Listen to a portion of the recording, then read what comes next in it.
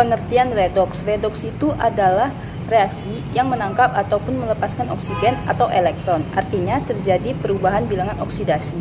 Reaksi ini terbagi menjadi dua, yaitu reaksi oksidasi, artinya penambahan bilangan oksidasi. Yang kedua, reduksi atau penurunan bilangan oksidasi. Dalam kehidupan sehari-hari itu, contohnya saat kita sedang mencuci pakaian putih. Di sini saya menggunakan solvent pemutih dengan kandungan zat yaitu natrium hipoklorit, dan di sini ada pakaian putih yang sudah ada zat pengotornya yang akan berperan sebagai oksidator.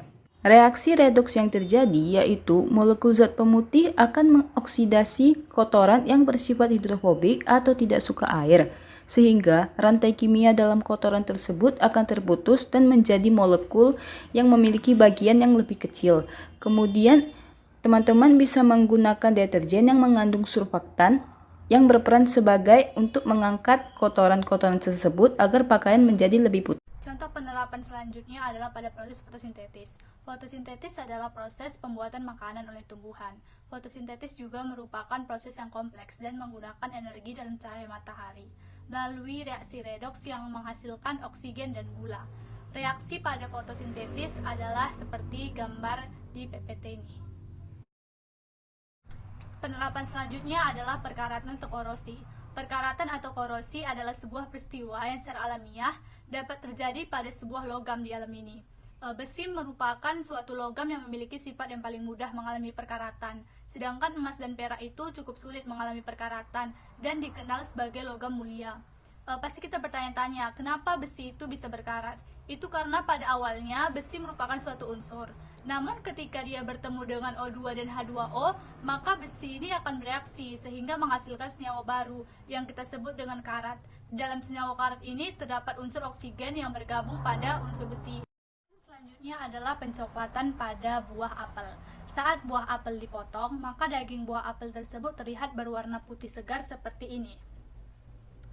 Tetapi ketika kita diamkan buah apel ini di ruangan terbuka selama 30 menit, maka buah apel ini berubah menjadi warna coklat seperti ini. Hal ini terjadi karena enzim fenolase pada buah apel mengikat oksigen. Hal ini membuktikan bahwa adanya reaksi oksidasi yang terjadi pada pencoklatan buah apel tersebut.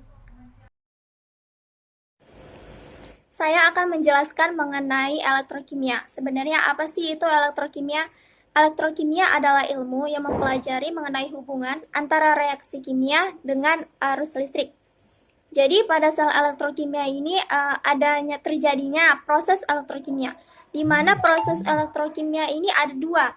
Yang pertama, reaksi kimia akan menghasilkan arus listrik, dan yang kedua ada arus listrik dapat menyebabkan terjadinya reaksi kimia. Lalu pada sel elektrokimia ini kan adanya reaksi redoks, adanya perpindahan atau transfer elektron dari suatu unsur ke unsur yang lain. Maka dari itu adanya aliran elektron yang menyebabkan adanya aliran listrik.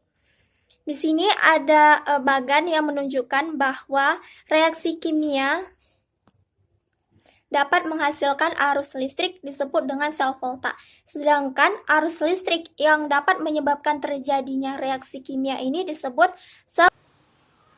Contoh penerapan elektrokimia dalam kehidupan sehari-hari terdapat pada aki dan baterai. Aki dan baterai merupakan sel volta. Aki biasa kita temukan pada kendaraan bermotor seperti sepeda motor dan mobil. Aki pada sepeda motor memiliki potensial sebesar 6 volt dan pada mobil memiliki potensial sebesar 12 volt. Jika energi pada aki ini habis, dapat diisi kembali sehingga dapat digunakan secara terus-menerus. Lalu selanjutnya ada baterai. Baterai biasa kita gunakan pada remote, mainan, ataupun senter. Berbeda dengan aki, baterai ini tidak dapat diisi kembali sehingga hanya dapat digunakan satu kali. Jadi, baterai ini disebut sebagai sel primer dan aki disebut sebagai sel sekunder. Baterai ini terdiri atas seng yang bertindak sebagai anoda dan grafit dalam elektrolit MnO2, NH4Cl, dan air yang bertindak sebagai katoda.